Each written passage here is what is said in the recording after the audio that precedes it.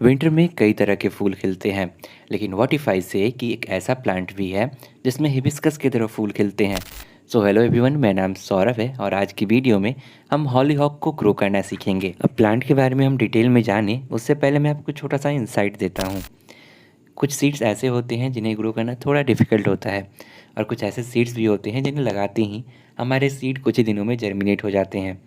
Hollyhock के seed ऐसे ही हैं। इनके सीड बहुत ही आसानी से ग्रो हो जाते हैं, लेकिन मेरे से ये 3 साल से ख़राब हो रहे थे। हर साल कोई ना कोई रीज़न से इनके सीड ख़राब हो जा रहे थे। कभी ओवर वाटरिंग से, कभी चूहे खा जाते थे सीड, और कभी तो इनके सीड जर्मिनेट होने के बाद अपने आप ही मर जाते थे। तो 3 साल से मैं इन्हें ग्रो नहीं कर पा रहा था, लेकिन इस साल मैंने फिर ट्राई किया एंड इस बार मैंने सक्सेसफुली इनके सीड जर्मिनेट किए, इनके प्लांट लगाए एंड फाइनली इनके फ्लावर मैं देख पाया। सो हॉलीहॉक के प्लांट ग्रो करना शुरुआती टाइम पे मेरे लिए थोड़ा चैलेंजिंग रहा, लेकिन अब रियलाइज़ होता है कि इनके प्लांट ग्रो करना one of the easiest task रहा मेरे लिए। सो अब चलते हैं अपने प्लांट के ऊपर। हॉलीहॉक हमारे इंडिया में विंटर में लगाए जाते हैं, लेकिन ऐसी जगहों पे जहाँ through out the year temperature काफ़ी लो रहता है, वहाँ पर इनके प्लांट गर्मियों में भी ग्रो किए जाते हैं। बीज से इनके पौधे लगाने पर इनके प्लांट काफ़ी अच्छा समय लेते हैं बढ़ने में, तब जाकर इनके अंदर फ्लावरिंग होती है। विंटर का टाइम पूरी इनकी ग्रोथ में निकल जाता है और समर के स्टार्टिंग में जाकर इनके अंदर फूल खिलते हैं। तो ऐसे में प्लांट की पूरी लाइफ साइकिल ख़त्म होने में 2 सीज़न निकल जाते हैं। विंटर के टाइम पर इनके अंदर ग्रोथ होती है और समर के स्टार्टिंग में इनके अंदर जाकर फ्लावरिंग होती है। इसीलिए इन्हें लोग बाइनियल प्लांट के नाम से भी जानते हैं। और ये केवल फैक्ट नहीं है, हमारे इंडिया में भी इसी तरह से इनके प्लांट ग्रो होते हैं। सितंबर अक्टूबर में जब हम इनके बीज लगाते हैं तो फरवरी तक इनकी आराम से ग्रोथ होती है। मार्च अप्रैल से इनके अंदर फ्लावर आने लगते हैं और आराम से जून जुलाई तक इनके अंदर फूल आते रहते हैं। गर्मियाँ जब बढ़ जाती हैं, बारिश होने लगता है, तब जाकर इनके प्लांट ख़राब होते हैं और एंड में हमें फिर से इनके सीड मिल जाते हैं। तो कुछ इस तरह से ये प्लांट अपनी लाइफ साइकिल कंप्लीट करता है और काफ़ी लंबे टाइम तक हमारे गार्डन में बना रहता है। इन्हें बीज से लगाना बहुत ही आसान है। इंडिया में इनके बीज हम सितंबर और अक्टूबर के महीने में बो सकते हैं। मार्केट में इनके कई वैरायटी अवेलेबल हैं, लेकिन उसमें से सिंगल पेटल वाली जो वैरायटी होती है मुझे पर्सनली बहुत पसंद है। इनकी ड्वार्फ वैरायटी भी आती है, तो आप अपने पसंद के अनुसार इनकी वैरायटी चुन सकते हैं। इनके बीज आप किसी भी कंटेनर में ग्रो कर सकते हैं या फिर ज़मीन में भी बो सकते हैं। इनके बीज लगाने के लिए जो मिट्टी होगी वेल ड्रेन होनी चाहिए, जिसमें पानी अच्छे से ड्रेन हो जाना चाहिए। तो मैंने इन्हें ग्रो करने के लिए अपने नॉर्मल गार्डन की सोइल ली है। इसमें पहले से थोड़ी सी कोकोपीट मिक्स है और थोड़ा सा वर्मी कंपोस्ट भी पहले से डाला हुआ है। मैंने इन्हें 5 इंच के गमले में फिल कर लिया है। मिट्टी में हम अच्छे से पानी देंगे, उसके बाद हम इसके ऊपर बीज लगा देंगे। बीज लगाना भी बहुत आसान है। मिट्टी के ऊपर आपको बस बीज थोड़ी थोड़ी दूरी के अंदर फैला देना है और फिर से इसके ऊपर आपको पतली सी मिट्टी की परत लगाना है। ध्यान रखिएगा, इसके सीड बहुत ही हल्के होते हैं और इन्हें ज़्यादा गहराई में लगाने की ज़रूरत नहीं होती है। बस पतली सी हल्की सी मिट्टी से आपको कवर कर देना है ताकि सीड हमें ना दिखे। इस तरह से लगाने के बाद आपको फिर से एक हल्की सी पानी की इसके ऊपर स्प्रे कर देनी है। बस हमारे सीड लग गए। अब आपको अपने गमले को ऐसे लोकेशन पे रखना है जहाँ इसे अच्छे से सूरज की रोशनी मिलती रहे। अभी आप इन्हें डायरेक्ट सनलाइट में ना भी रखें तो चलेगा, बस इनके ऊपर अच्छे से रोशनी आती रहनी चाहिए। हॉलीहॉक के सीड 3 से लेकर 8 दिन के अंदर अच्छे से जर्मिनेट हो जाते हैं और हमारे प्लांट तैयार हो जाते हैं। हमारे सीड 4 दिन के अंदर जर्मिनेट हो गए थे और काफ़ी बढ़िया तरह से ग्रो कर रहे हैं। हमारे यहाँ पर अभी बारिश हो रहा था, इसीलिए हमने अपने सीड को अभी इंडोर रखा हुआ है, जिसके चलते हमारे सीडलिंग थोड़े लैगी भी हो गए हैं। लेकिन जैसे ही बारिश हमारे यहाँ पे ख़त्म होती है, हम इन्हें प्रॉपर बाहर धूप में रख देंगे। आपके प्लांट जब जर्मिनेट हो जाएं, आप अपने सीडलिंग को बाहर रख दीजिए। इन्हें सुबह की धूप दिखाना शुरू कीजिए और दिन में इनके ऊपर इनडायरेक्ट धूप आए, बस इतना काफ़ी है। और सीडलिंग्स में जब एक बार पत्ते आने शुरू हो जाएं, उसके बाद आप अपने प्लांट को फुल सनलाइट में भी रख सकते हैं। कुछ दिनों में आपके प्लांट के अंदर नए पत्ते आने लगेंगे और जब इनके अंदर 3 से 4 पत्ते आ जाए, आपके प्लांट में अच्छे से रूट बन जाए, उसके बाद आप अपने प्लांट को अलग अलग गमलों में ट्रांसप्लांट कर सकते हैं। फिलहाल हमने काफ़ी लेट कर दी इन्हें ट्रांसप्लांट करने में। हम किसी और वीडियो के ऊपर काम कर रहे थे, तब तक हमारी ये हॉलीहॉक के प्लांट कहीं कोने में पड़े रह गए। लेकिन आपको ऐसा नहीं करना है, आप इन्हें टाइमली रिपोर्ट कर दीजिएगा ताकि इनकी ग्रोथ के ऊपर कोई भी रोक ना आए। फ़िलहाल हम इसे रिपोर्ट करने वाले हैं। रिपोर्ट करना भी बहुत आसान है, बस आपको गमले में अच्छे से पानी देना है और इन्हें एक एक करके निकाल लेना है।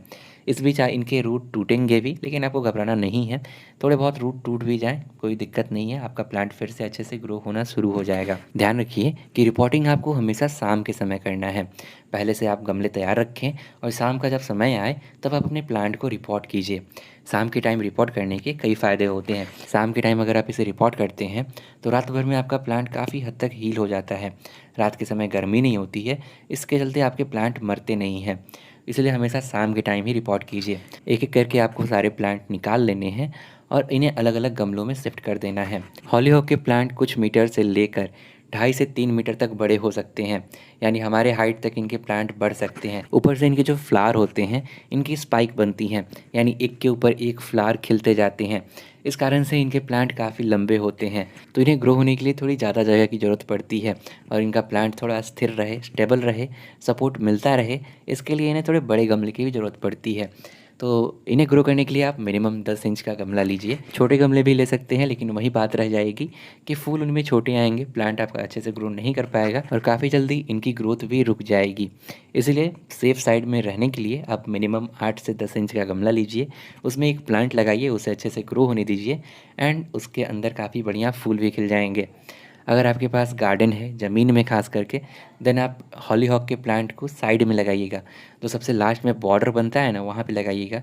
इनके प्लांट एक तो बड़े होते हैं और लंबे होते हैं, जिसके कारण ये काफ़ी बढ़िया दिखेंगे। लेकिन वहीं अगर आप गमलों में प्लांट लगाते हैं तो हॉलीहॉक के प्लांट लगाने के टाइम पर आपको थोड़ा सोचना पड़ेगा कि कितने गमलों में इनके प्लांट लगाने चाहिए, क्योंकि जिन्हें जगह थोड़ी ज़्यादा चाहिए होती है। लेकिन अगर वहीं आपके पास ढेर सारे गमले हैं, फिर दिल खोल के इनके प्लांट लगा सकते हैं। मेरे पास भी गमले थोड़े कम थे, तो मैंने कुछ गमले तैयार कर लिए हैं और जो प्लांट बच जाएंगे मैं उन्हें फ़िलहाल के लिए थोड़े छोटे गमले में लगाऊंगा और जैसे ही बड़े गमले खाली होंगे उनके अंदर ट्रांसप्लांट कर दूंगा।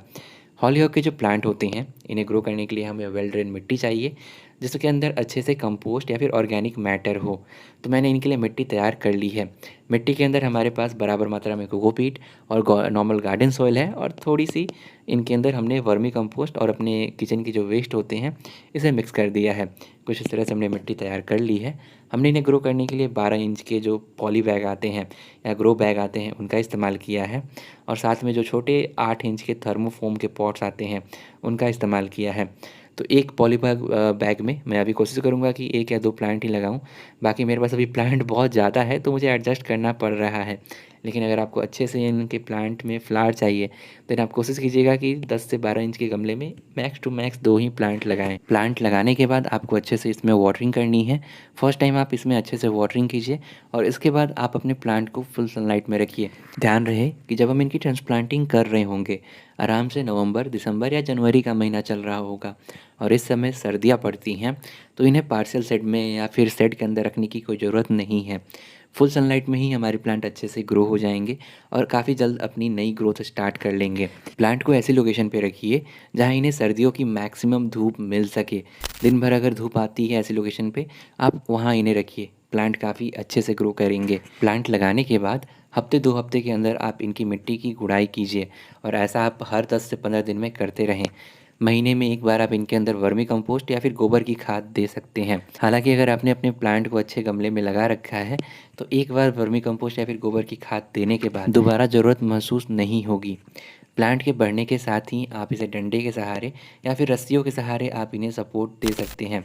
प्लांट जब अच्छे से एक बार ग्रो हो जाता है, इनके अंदर फ्लावर स्पाइक्स बनने लगते हैं और उसी में धीरे धीरे करके फ्लावर ऊपर की तरफ बढ़ने लगते हैं। फ्लावर काफ़ी अच्छे समय तक खिले रहते हैं और एक बार जब पूरे स्पाइक में फ्लावर खिल जाते हैं, पौधा दिखने में बहुत ही खूबसूरत लगता है और इसके फ्लावर खिलने से आपके गार्डन में कई सारे पॉलिनेटर भी आते हैं, तो आपके फलों और सब्जियों के पौधे के लिए बहुत ही बढ़िया कंपेनियन प्लांट हो सकता है। अगर आपने हाइब्रिड हिबिस्कस के प्लांट देखे हो, तो इसके फ्लावर ना काफ़ी हद तक उसके फूल जैसे खिलते हैं और दिखने में बहुत ही प्यारे लगते हैं।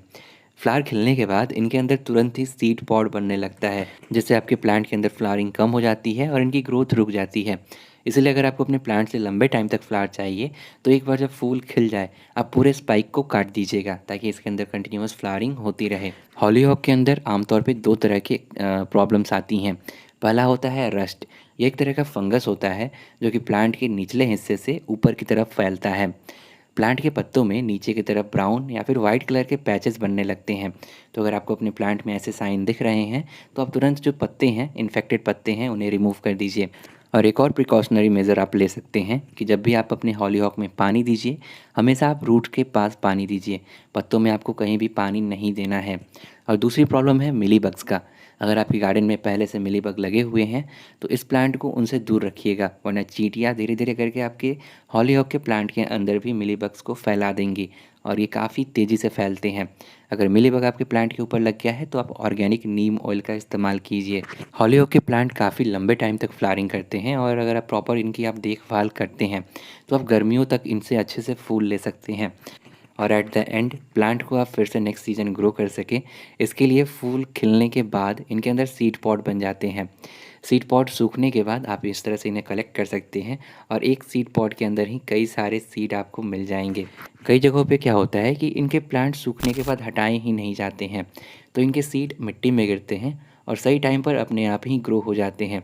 ऐसे में ये सालों भर लोगों को देखने को मिलते हैं, जिससे कई लोग इन्हें परनियल प्लांट भी कहते हैं। लेकिन हमारे इंडिया में सर्दियों के टाइम पर इन्हें ग्रो किया जाता है और गर्मियाँ जैसे बढ़ने लगती हैं और बढ़ जाती हैं उस टाइम पर इनके प्लांट सूखने लगते हैं। तो कुछ इस तरह से आप हॉलीहॉक के प्लांट अपने घर पर ग्रो कर सकते हैं और काफ़ी लंबे टाइम तक इनके प्लांट चलते हैं, तो आप काफ़ी लंबे टाइम तक इनसे फ्लावर ले सकते हैं। पर्सनली मेरे लिए इन्हें सीड से ग्रो करना और अपने यहाँ पर इन्हें लगाना काफ़ी बढ़िया अचीवमेंट रहा। बाकी आप अगर इनके प्लांट लगाने वाले हैं, आपके पास स्पेस है या नहीं है, आप इन्हें सीड से ज़रूर ग्रो कीजिएगा। आपको भी काफ़ी कुछ सीखने को मिलेगा और आखिर में आपको भी इतने प्यारे खूबसूरत फूल अपने घर पर मिल जाएंगे। बाकी आपने कभी हॉलीहॉक को सीड से ग्रो किया है या नहीं, आप नीचे कमेंट में ज़रूर बताइएगा। और हाँ, इस वीडियो में इतना ही। चैनल पर नए हैं, आपको पता है क्या करना है। आई होप वीडियो आपके लिए हेल्पफुल रही होगी। बाय।